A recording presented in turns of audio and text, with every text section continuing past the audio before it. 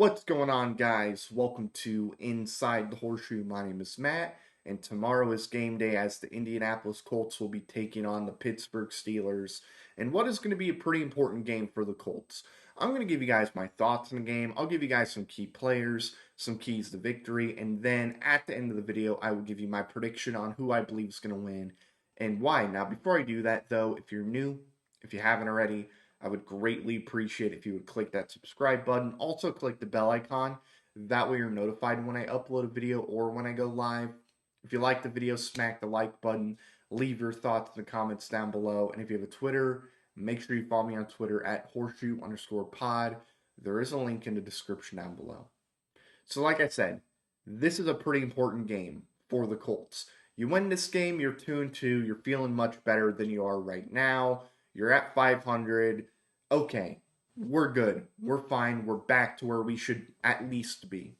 You lose this game, though, you start to panic. You're 1-3.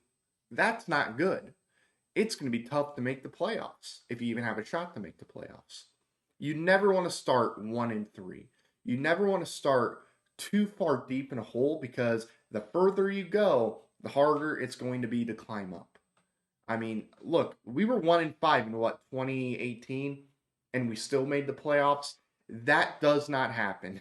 That doesn't happen at all. Like, that was just pure luck to get into the playoffs after starting 1-5. You do not want to be in a position where you win your one game out of the first, 4 or 5 games. You don't want to be in that position. You want to be at 500. You want to at least be 2-2. So, pretty important game for the Colts. But I'm telling you, not going to be an easy game. Pittsburgh is really good, and they got a really good defense. It's one of the best defenses in the NFL. They're 4-0. They're a good team.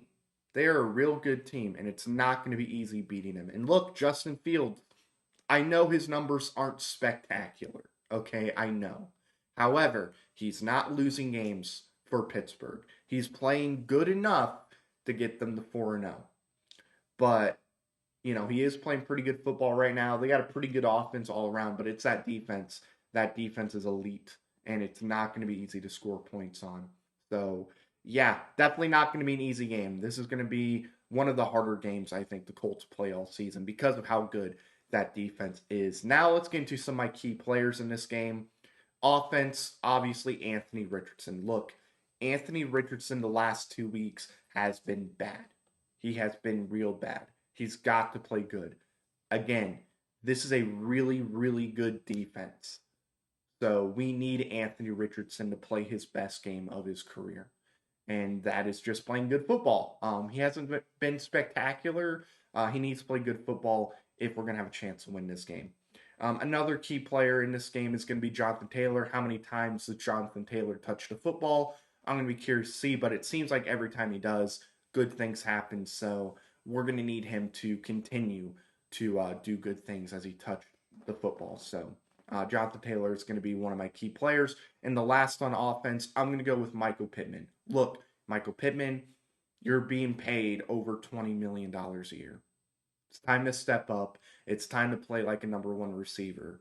Alec Pierce has been our best receiver this season. Michael Pittman needs to be the best receiver in tomorrow's game. All right, so now we're going to move on to the defensive side of the football, and my first key player on defense is going to be Leatu Latu. Got a pretty big sack last week, which happened to be his first sack of his young career. He's going to have to play really good once again. No quitty pay, so he's going to have a lot of opportunities in this game. Look, you got to force Justin Fields to do something dumb, and Leatu Latu, I think, could be a big part of that. We've already seen offensive lines do have issues making sure he doesn't get past them. He may not get a sack all the time, but he does do a good job at creating pressure. We need to see that continue this week. Next player, Zaire Franklin. Look, Zaire Franklin played pretty good last week. He's got to play consistently good. I know he was calling out some fans for calling him out and his performance out. But look, man, we expect you to play at a certain level because of how good you've been the last couple of years. You got to get back to that level. Okay, you got to get back to being one of the best linebackers in the NFL. He's got to step up. He's got to make plays. He's got to finish tackles. He's got to prove that he is the best linebacker on this team. So I'm going to go with him. All right, and the last key player I'm going to go with is going to be Jalen Jones. Look, he was really good last week. Had 2 interceptions. I'm going to give him credit. He played really, really good. Keep it up. Keep playing good football. We need one of these corners to step up and play good football this week. I'm going to go with Jalen Jones. I think Jalen Jones needs to be that player. All right, so now we're going to move on to keys to victory. We're going to start on the offense. First one is this: Anthony Richardson. Connect on the easy give me throws. He was missing a lot on those throws. He's got to connect on those. He's just got to play smart and don't let the defense force you to do anything. Play smart football, connect on the easy give me throws. If you do that, I'll feel pretty good. Next, Jonathan Taylor. Got to continue to make big plays. We need Jonathan Taylor to make big plays in this game. And then lastly, the offensive line. I know it's not going to be 100% healthy. Ryan Kelly, Braden Smith, they're questionable. I think they're both going to play. Everybody on this offensive line has to play on their A game. This is a really good defense. They're going to bring pressure. They're going to try to make things hard on Anthony Richardson. So we need to see this offensive line play good and block well. All right, so now let's move on to the defensive side of the football. My first key to victory for them is to force the Steelers' offense to beat you with Justin Fields' arm. Do not let them run all over you. Get pressure on Fields.